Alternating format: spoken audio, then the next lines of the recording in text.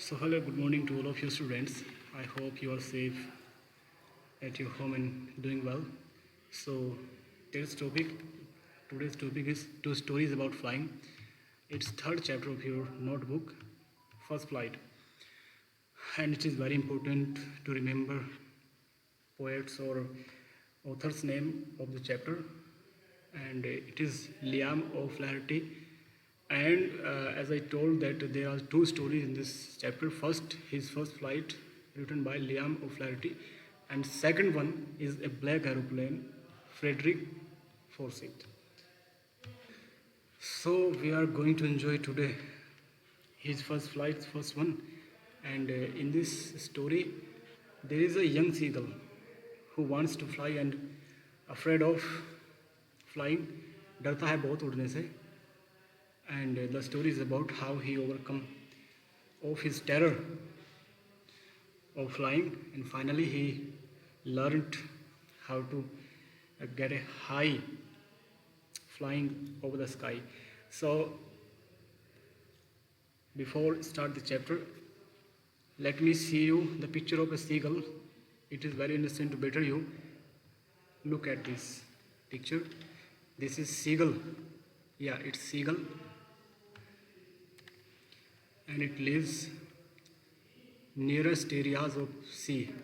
ये समुद्र के आसपास रहते हैं, and their main food is fish. ये वही मछली पकड़ पकड़ के वहीं से खाते रहते हैं. So let's come back to the story. Okay, let's start. Before you read, since the earliest times humans have dreamed of conquering the skies, here are two stories about flying. क्या है कि प्राचीन काल से ही ह्यूमन बींग्स जो मनुष्य है, आदमी है, वो पहले से ही आसमान को जीतने का प्रयास करता रहा है, सपने देखता रहा है कि मैं आसमान को जीतूँ, यानी ऊंची उड़ान भरूँ. तो here are two stories about flying. दो कहानियाँ हैं फ्लाइंग के बारे में ही. जो फर्स्ट है, a young seagull is afraid to fly, how does he conquer his fear. तो एक छोटा, जो मैंने बताया, एक छोटा सीगल होता है, वो अफ्रेड टू फ्लाई होता है, और कैसे वह कॉन्क्वर, यानी how does he overcome his fear, किस तरह से अपने फियर को ओवरकम करता है, कैसे उससे जीत लेता है, कैसे डर पर हावी हो जाता है और सीखता उड़ना. और second story is about a pilot is lost in storm clouds, does he arrive safe, who helps him. तो दूसरा जो कहानी है वो एक पायलट के बारे में है जो खो जाता है ऊपर क्लाउड्स में, बादलों में, और ये कहते हैं कि क्या वह सेफ घर पहुंचता है, कौन उसकी हेल्प करता है. तो यह तो जानने के लिए आपको you should read this story, but before that you have to read the first part of this story. Name is first flight. So let's continue, let's start. तो पहले एक मीनिंग आ गया है, मीनिंग देख लेते हैं. Ledge, a narrow horizontal shelf projecting from a wall और here a cliff. तो क्लिफ कहते हैं चट्टान को, एक कोई रॉक, एक वेरी शार्प रॉक होती है. तो इसमें क्या कहते हैं कि लेज एक नैरो हॉरिजॉन्टल, मैंने आपको एक दिन शायद 11th क्लास में बताया था कि जो हॉरिजॉन्टल होता है वो like this is horizontal and this is vertical. तो एक हॉरिजॉन्टल यानी इस तरह से बाहर को निकला हुआ एक सेल्फ टाइप, एक छोटी सी चट्टान होती है जिसपे कोई पक्षी वगैरह बैठ जाते हैं. तो पढ़ते हैं. The young seagull was alone on his ledge. एक लेज पर बैठा था और अकेला था सीगल, वह बच्चा. His two brothers and his sister had already flown away the day before. उसके दो भाई थे और एक सिस्टर थी, उन्होंने ऑलरेडी उड़ना सीख लिया था. He had been afraid to fly with them. Somehow, when he had taken a little run forward to the brink of the ledge and attempted to flap his wings, to become afraid. वह तो उनके साथ उड़ने से बहुत डरता था, और किसी तरह से उसने एक दिन थोड़ा स्ट्रगल किया, थोड़ा हिम्मत भी करी और थोड़ा सा फॉरवर्ड हुआ उस ब्रिंक से. ब्रिंक कहते हैं बेटा बैंक को, किनारे को. तो वह उस लेज के, उस चट्टान के किनारे तक भी गया और उसने उड़ने का अटेम्प्ट भी किया, उड़ने का प्रयास किया. एंड फ्लैप हिज विंग्स, अपने विंग्स को फ्लैप किया, यानी फड़फड़ाया. ट्राई टू फ्लाई, यानी उसने पंखों को फ्लैप किया, लेकिन वह डर गया. उसने सोचा मैं गिर जाऊंगा, इनको तो उड़ना आता है, मुझे थोड़े आता है. तो फिर क्या होता है,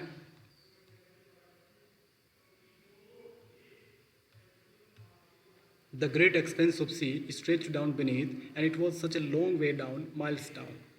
क्या है कि जो समुद्र का एक्सपेंस है, एक्सपेंस यानी उसका जो फैलाव है, जितना वो एक्सपेंड हो रहा है वो बहुत दूर तक फैला हुआ है। स्ट्रेच डाउन beneath, वो नीचे बहुत दूर तक फैला हुआ है। वो तो ऊपर बैठा है चट्टान पे, तो जो समुद्र का फैला है बहुत दूर तक फैला हुआ है। और वेल बहुत way, it was such a long way down, दूर तक वह जाता है, माइल्स डाउन, मीलों दूर तक। कुछ पता नहीं कि इसका छोर कहाँ है, कोई बीच में चट्टान भी नहीं है कि जहाँ के अगर वो थक गया जाकर बैठ जाए, तो इसलिए वह घबराता है। He felt certain that his wings would never support him, so he bent his head and ran away back to the little hole under the ledge where he slept at night. तो वह क्या करता है, उसको निश्चित हो जाता है, वह निश्चित खुद को पाता है कि यह तो सर्टेन है, यह तो निश्चित है कि मेरे जो पंख हैं मुझे सपोर्ट नहीं करने वाले भाई, मेरे पंख मुझे कभी सपोर्ट नहीं करेंगे। और वह अपने सर को बेंड करता है, यानी बेंड करता है, ये पास्ट फॉर्म है उसकी, झुकाता है और वापस भागकर कहाँ पे चला जाता है, अपने लेज में चला जाता है जहाँ पे वो रात को सोया करता था। Even when each of his brothers and his little sister, whose wings were far shorter than his own, ran to the brink, flapped their wings, and flew away, he failed to muster up courage to take that plunge which appeared to him so desperate. Even when, जबकि each of his brothers and, जबकि उसके छोटे भाई, जबकि उसके भाई और छोटी बहन, जिन्होंने अपने पंखों को फड़फड़ाया और उनके पंख उससे भी छोटे थे, वे किनारे पर गए, पंखों को फड़फड़ाया और उड़ गए। लेकिन उसने मस्टर अप नहीं किया करेज को, उसका जो करेज यानी साहस था उसको वो मस्टर अप नहीं कर पा रहा था। मस्टर अप का मतलब है टू गैदर, वह गैदर नहीं कर पा रहा था, साहस नहीं जुटा पा रहा था। इसलिए उसको लगता था कि मैं इस खुले आसमान में प्लंज नहीं कर पाऊंगा, मैं डुबकी नहीं लगा पाऊंगा, भाई मैं नहीं उड़ पाऊंगा, उसको ऐसा लगता था। His father and mother had come around, उसके माता पिता, calling to him shrilly, upbraiding him, threatening to let him starve on his ledge unless he flew away। उसके जो पेरेंट्स थे वो उसको क्या करते थे, calling him shrilly, shrilly यानी लाउडली, उसको जोर जोर से कहा करते थे, उसको अपब्रेड किया करते थे। अपब्रेड का मीन्स होता है उसको स्कोल्डिंग किया करते थे, उसको डांटा फटकारा करते थे, उसको थ्रेटनिंग किया करते, धमकी दिया करते थे, उसको कहते थे कि तुमको ना हम भूखा मार देंगे, हम तुमको स्टार्व कर देंगे। स्टार्व मतलब भूख से मर जाना, और तुम इस लेज पर ही भूखे मर जाओगे जब तक तुम उड़ोगे नहीं, हम तुम्हारे पास नहीं आएंगे और ना ही तुमको खाना देंगे। But for the life of him he could not move, लेकिन अपनी ज़िंदगी के लिए वह हिलता नहीं था, वहाँ से चलता नहीं था। उसको तो डर लगता था कि इसका लाइफ जाने का, कि जान ना चले जाए। उसके बाद that was 24 hours ago, since then nobody had come near him the day before all day long, and he had watched his parents lying about with his brothers and sisters, perfecting them in the art of flight, teaching them how to skim the waves and how to dive for fish. That was 24 hours ago. ऐसा हुए को 24 घंटे हो गए। 24 घंटे तक क्या हुआ कि उसके पास कोई नहीं आया। 24 घंटे अब तक हो चुके थे कि अब तक उसके पास कोई नहीं आया पिछले दिन से, और 12 दिन उसके पास कोई नहीं आया। और फिर क्या किया, ही हैड वॉच्ड, उसने अपने पेरेंट्स को देखा, उड़ते हुए देखा, और जो उसके पेरेंट्स उसके छोटे सिस्टर को और उसके भाइयों को उड़ना सिखा रहे थे, उनको परफेक्ट कर रहे थे और उनको उड़ना बता रहे थे, उनको कैसे स्किम करना है, कैसे ऊपर नीचे, कभी ऊपर आसमान में कभी नीचे जाना है, इस तरह से सिखा रहे थे। स्किम का मतलब होता है कि किसी पानी के ऊपर बिल्कुल ऊपर चलना, ना नीचे पानी में टच होना और ना ऊपर उड़ना। पानी के ऊपर क्यों चलता है पक्षी, जहाँ भी मछली दिखी तुरंत उसको पकड़ लेगा, ऊपर लेकर उड़ जाएगा अपनी बीक में। लेकिन कभी कभी क्या होता है, कभी कभी कोई बड़ा जानवर, कोई मगरमच्छ वगैरह, वो घात लगा बैठा होता है उसी पानी में, क्योंकि पक्षी आएगा वो मछली को खाने के लिए आएगा, वो सोचेगा कि मछली को मैं पकड़ूंगा और खाऊंगा, लेकिन वो मगरमच्छ बैठ रहता है, उस पक्षी को ही वापस पकड़ लेता है। So that was not matter of this chapter, but फिर भी मैंने बताया है। तो उसके जो पेरेंट्स थे उसको स्किम करना सिखा रहे थे कि पानी के ऊपर धीरे धीरे उड़ो और पानी में डाइव करो और मछली पकड़ो। So he had in fact seen his older brother catch his first herring and devour it. उसने अपने भाई को देखा कि किस तरह से उसके भाई ने अपनी पहली हेरिंग पकड़ी। वेरी सॉफ्ट फिश होती है, बहुत ही शाइनी मछली होती है, चिकनी सी, जिसको पक्षी लोग ज़्यादा पसंद करते हैं खाने में। तो उसने उसको कैसे पकड़ा और उसको कैसे डिवोर कर गया, कैसे ईटअप कर गया, कैसे खा गया। तो उसने अपने भाई को देखा कि यार ये तो बहुत ही एक्सपर्ट हो गया है, तो उड़ने भी लग गया और ये तो मछली भी पकड़ी खाने लग गया। और जबकि 24 घंटे से उसको ना खाने दिया ना उसको पानी दिया, उसका जीव वैसे ललचा रहा है। तो standing on a rock while his parents circled around rising A proud crackle, उसके जो पेरेंट्स हैं उसके चारों तरफ घूम रहे हैं लेकिन उसके पास नहीं जा रहे हैं, एक प्राउड कैकल कर रहे हैं। यानी प्राउड कैकल किसके लिए कर रहे हैं? अपने दूसरे बच्चों के लिए। उसके पेरेंट्स में इसका कैकल का मीन्स होता है कि वो उनको प्रेज कर रहे हैं, एनकरेज कर रहे हैं, कूं कूं करके। कैकल मतलब किसी पक्षी का बोलना होता है, तो वो कह कह करके कि उड़ो बेटा शाबाश, ये वो अपनी भाषा में वो कह रहे थे उसको, उन बच्चों को। And all the morning the whole family had walked about on the big plateau midway down the opposite cliff taunting him with his coward eyes.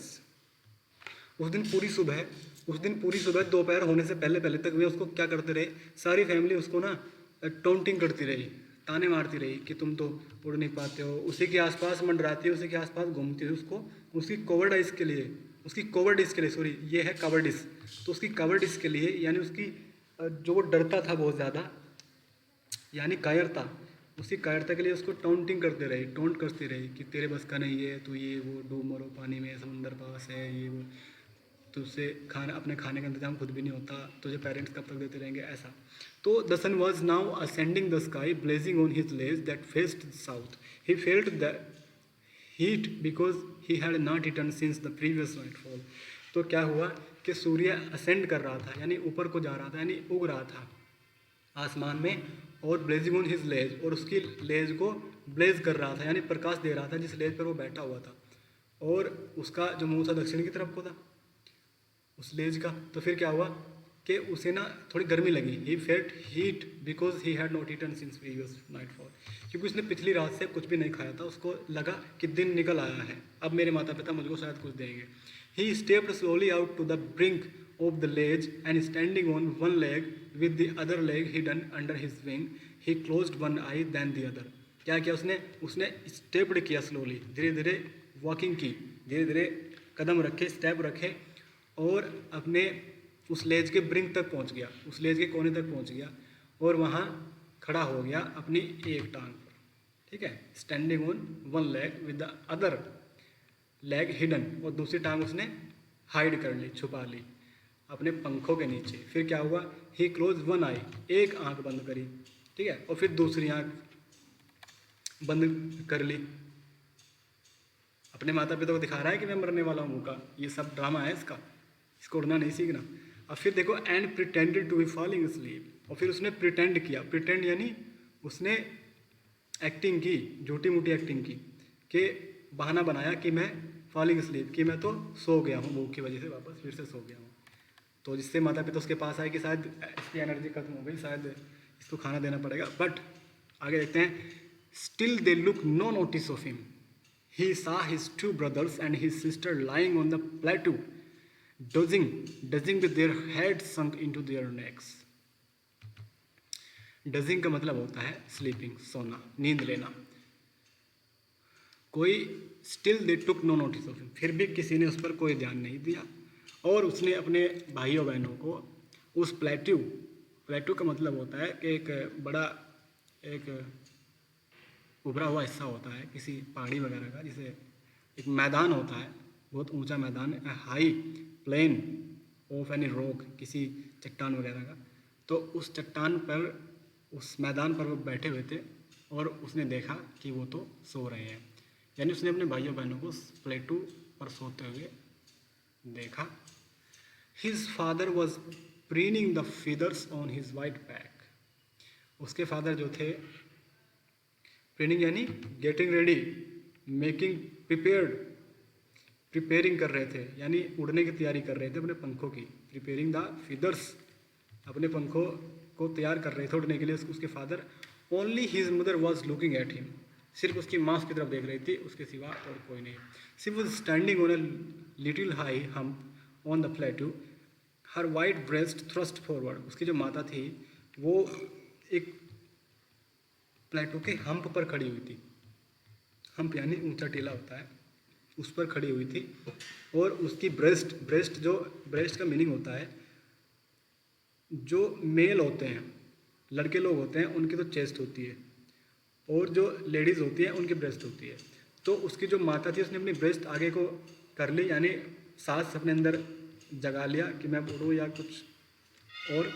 Now and again she tore at a piece of fish that lay at her feet and then scraped each side of her beak on the rock.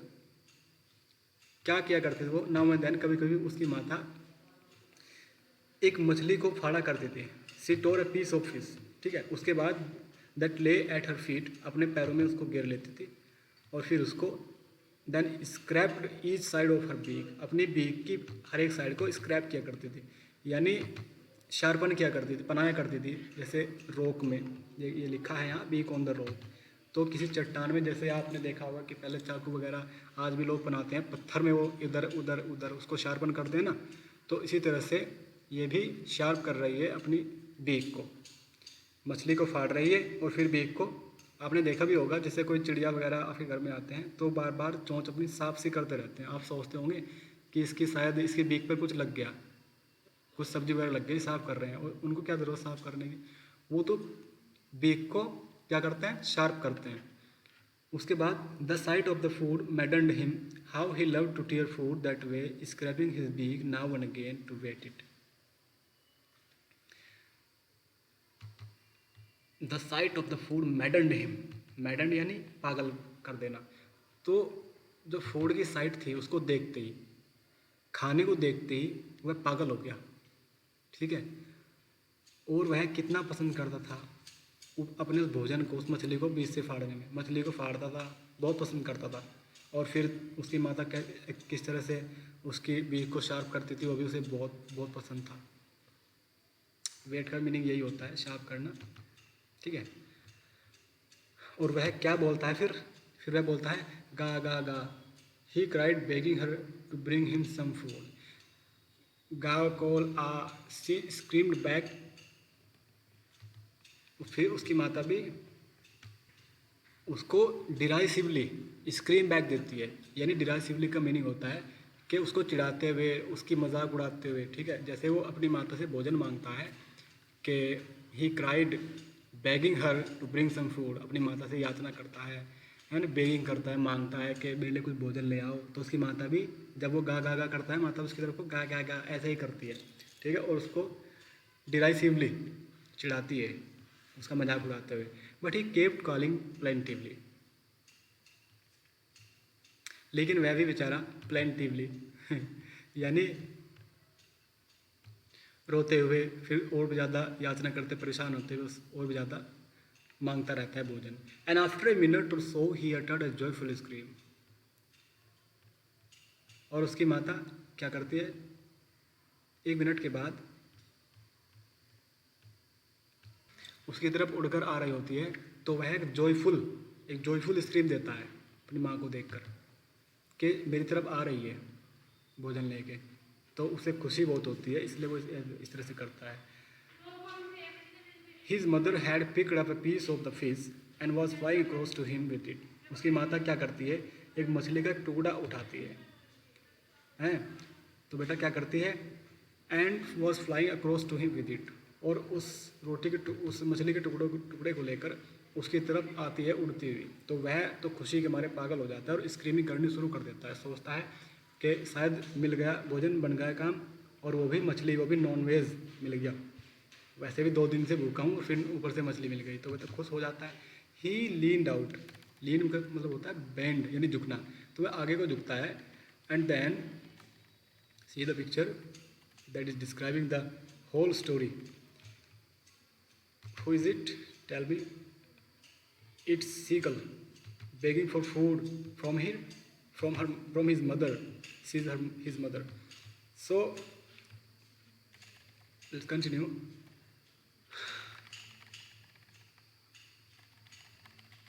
So he leaned out eagerly, tapping the rock with his feet, trying to get nearer to her as she flew across.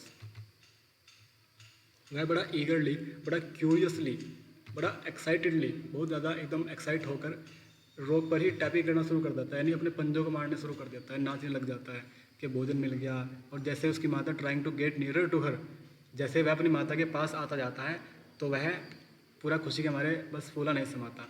फिर क्या होता है, उसकी माता नज़दीक आ गई है बिल्कुल, but when she was just opposite to him she halted her wings motionless, the piece of fish in her beak almost within reach of his beak।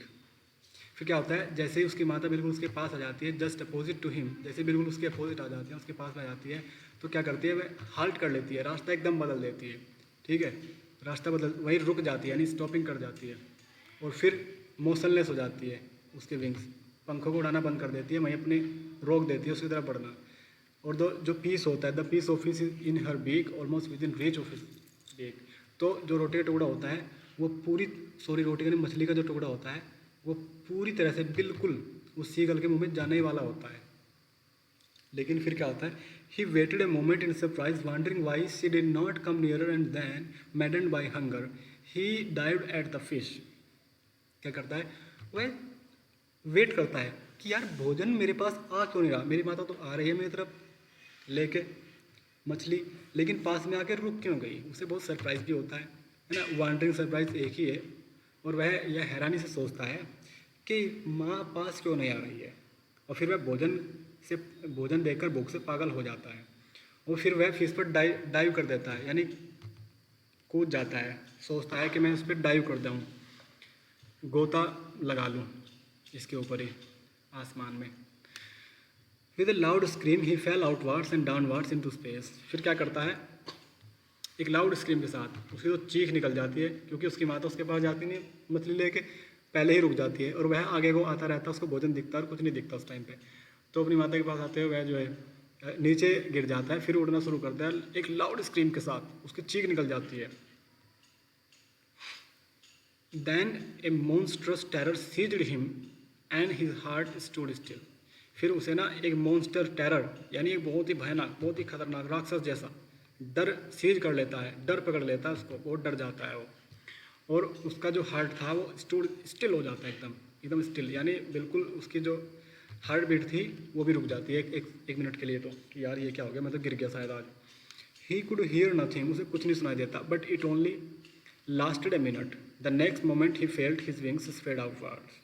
फिर क्या होता है कि अगले दिन सुबह को नहीं, नेक्स्ट मोमेंट, जब ही अगले ही लम्हे, अगले पल में क्या होता है, उसे लगता है कि मेरे पंख जो है खुल रहे हैं, डर के मारे, भाई मरता हुआ आदमी क्या नहीं करता, तो उसके पंख थे वो बचने के लिए खुल गए, उसके प्राणों ने पूरी शक्ति लगाई कि काश बच जाएं, तो उसके पंख खुद ही खुल गए, उसने इधर उधर उनको मारना शुरू कर दिया।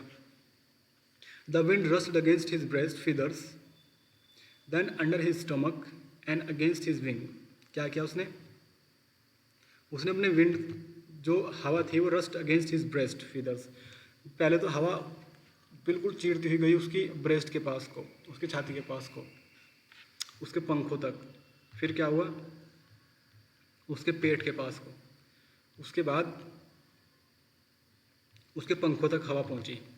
He could feel the tips of his wings cutting through the air. वह अपने पंखों की टिप फील कर सकता था कि कैसे मेरे पंखों की जो टिप है ना वो हवा को कैसे काट रही है। टिप यानी मूव, जैसे हवा बार बार पंखों को ऊपर नीचे कर रहा था, तो वह फील कर सकता था कि जब मैं पंखों को ऊपर नीचे कर रहा हूँ कि मैं तो हवा को काटते जा रहा हूँ। जैसे कोई अभी बताया ना कि हवा उसकी चेस्ट पर आकर सीधी लग रही थी, तो वह हवा को अपने पंखों से काट रहा था और अपने पंखों के इन मूव्स को वह फील कर रहा था, पंखों के टिप्स को फील कर रहा था।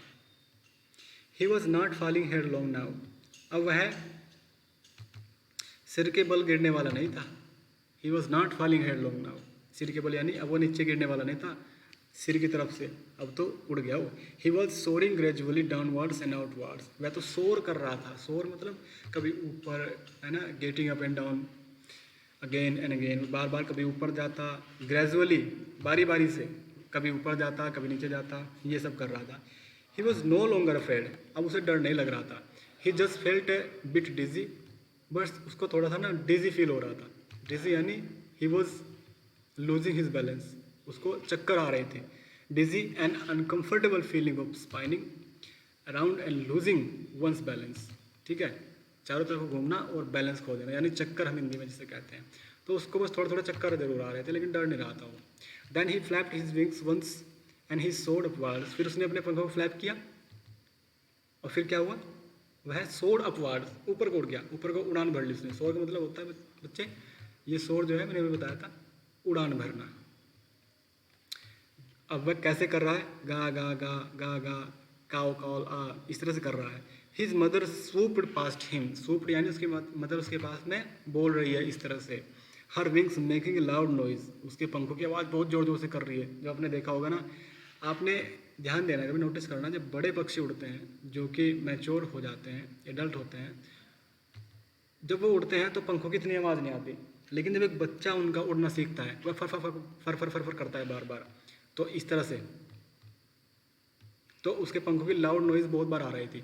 He answered her with another scream, उसने अपनी माता का जो है आंसर दिया दूसरी स्क्रीम से, यानी उसकी माता जैसे गा गा गा कर रही थी तो उसने भी एक स्क्रीन दी, वह भी चीखा कि हाँ माता देखो मैं उड़ रहा हूँ, इस तरह से।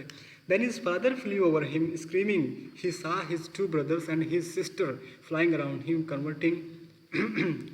curveting and banking and soaring and diving।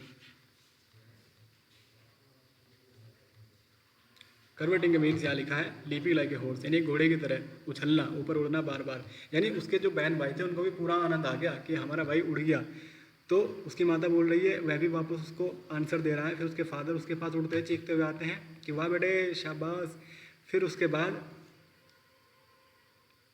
उसके भाई आते हैं और उसकी बहनें आती हैं जो कि उसके आसपास करवटिंग कर रहे थे, यानी घोड़े की तरह ऊपर पूरे उछल कूद रहे थे ऊपर आसमान में पंखों से कि वाह उड़ गया है भाई, और उड़ान भर रहे थे, है ना, और डाइविंग का भी गोता खा रहे थे आसमान में।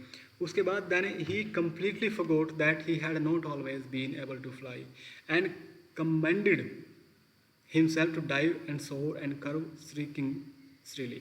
फिर उसने यह ख्याल छोड़ दिया कि वह अब कभी उड़ नहीं सकेगा। उसको विश्वास हो गया कि मैं तो उड़ गया हूँ, मैं उड़ सकता हूँ, ठीक है। और अपने आप को कमेंड कर रहा है, यानी कमेंड यानी अपने आप को प्रेज कर रहा है कि वाह बेटे वाह शाबाश मैं तो उड़ गया, ये देखो भाई सीगल उड़ गया। इस तरह से अपने आप को सराहना दे रहा है कि शाबाश बहुत अच्छा, चलते रहो उड़ते रहो। फिर उसके बाद क्या होता है, और उसने कर्व करना भी सीख लिया, यानी उड़ते उड़ते मुड़ना भी सीख लिया। और वह स्लीकिंग श्रीली जोर जोर से चिल्ला रहा है, पूरा उसको आनंद आ रहा है। उसके बाद he was near the sea now flying straight over it facing straight out over the ocean. He saw a vast green sea beneath him with little ridges moving over it, and he turned his beak sideways and cawed amusedly. फिर क्या होता है, वह अब समुद्र के पास आ गया उड़ते उड़ते, सीधे उड़ते उड़ते कहाँ आ गया, समुद्र के पास, बिल्कुल उसके ऊपर आ गया। अब वह देख रहा है कि मेरे सामने बहुत बड़ा एक ओशन है, समुद्र है।